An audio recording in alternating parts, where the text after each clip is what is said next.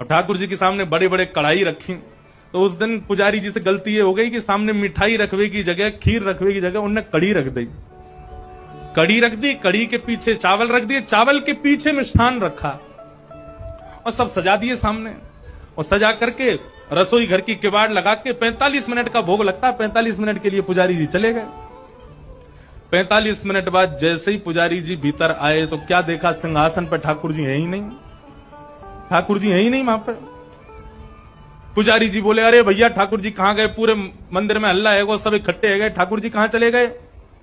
कोई ने कही, बोले छोटे से ठाकुर जी है सके इनमें कढ़ाइयन में गिर गए हो छानो। तो सिंहासन के आगे वाली जो कड़ी की कढ़ाई ही कही जैसे ही छानी, तो वहां में ठाकुर जी निकल आए। अब तो महाराज पुजारी जी बड़े जोर से हंसे, बोले अरे लाल जी को कड़ी इतनी भा गई, इतनी बढ़िया लगी कड़ी की वहां में कूद ही गए। अब तो भैया रोज कड़ी बनेगी ठाकुर जी के काज। अब तो कोई भी उत्सव हो, कछु भी हो, रोज कड़ी बन रही है, रोज ठाकुर जी के आगे कड़ी रखी जावे। 10 दिन तक रोज कड़ी रखी, तो 10वें दिन रात में सपने में पुजारी जी के सपने में ठाकुर जी आ गए और रोने लगे जोर जोर से। पुजारी जी बोले, ठाकुर जी रो काई को रहे हो? बोले मैं यहां मारे रो रहा हूं, तुम रोज कड़ी को भोग लगा रहे हो।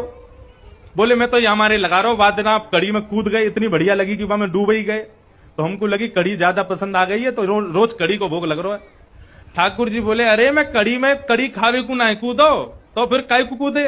बोले तुमने खीर दूर रख दी, मैं तो खीर खावे जा रहा हूं, बीच में कड़ी पड़ गई, सुबह में गिर गो। अब तुमको लगी कि मुझको कड़ी पसंद है, तो रोज कड़ी को भोग लगा रहे हो। भैया मैं तो खीर खावे जा रहा हूं। फिर पुजारी जी ने क्षमा मांगी, अरे हमसे अपराध है गयो। तब से फिर ठाकुर जी को मिठाई आगे रखी जाए, वाके पीछे नमकीन सामग्री रखी जाए।